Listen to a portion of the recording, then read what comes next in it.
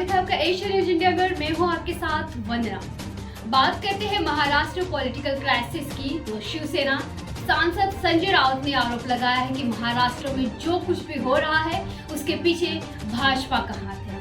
उन्होंने कहा कि संख्या कभी स्थिर नहीं रहते या संख्या बल केवल कागजों पर दिख रहा है। शिवसेना एक महासागर है। इसके साथ ही उन्होंने यह भी कहा है कि महाराष्ट्र में अब कानूनी लड़ाई शुरू हो गई है। उन्होंने कहा कि अमित शाह और मोदी जी आपके मंत्री पवार साहब को धमकियां दे रहे हैं। तो क्या कुछ है इस पूरे खबर में, आई जानते हैं। महाराष्ट्र में राजनीतिक संकट बरकरार है। शिवसेना के विधायक कांग्रेस और एनसीपी और महाराष्ट्र में पार्टी को समाप्त करने का आरोप लगाया है।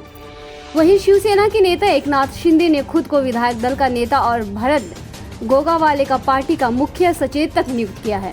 शिवसेना सांसद संजय राउत ने कहा कि हम हार नहीं मानेंगे, शक्ति परीक्षण में हमारी जीत ही होगी। उन्होंने कहा कि बागी विधायकों ने बहुत गलत कदम उठाया है।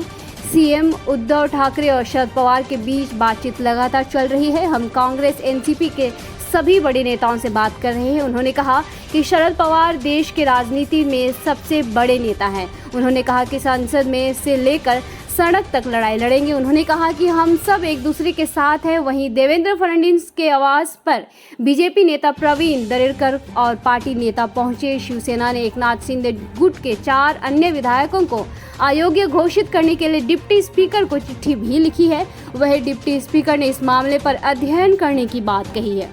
महाराष्ट्र में संकट से घिरे मुख्यमंत्री उद्धव ठाकरे की सरकार को बचाने के लिए राष्ट्रवादी कांग्रेस पार्टी के सुप्रीमो शरद पवार जुट गए हैं। मुंबई के वाईबी चौहान सेंटर में शरद पवार शिवसेना के नेताओं के साथ बैठकर बातचीत कर रहे हैं। इसमें शिवसेना के सांसद संजय राउत समेत कई दिग्गज नेता शामिल बताए जा रहे हैं। उधर खबर यह भी है कि मुंबई के पुलिस आयुक्त संजय पांडे उद्धव ठाकरे से मुलाकात करने मातोश्री पहुंचे हैं। लेकिन वहीं शिवसेना सांसद संजय राउत ने आरोप लगाया कि महाराष्ट्र में जो कुछ भी हो रहा है उसके पीछे भाजपा का हाथ है। उन्होंने कहा कि संख्या कभी स्थिर नहीं रहते या संख्या बल केवल कागजों पर दिख रहा है।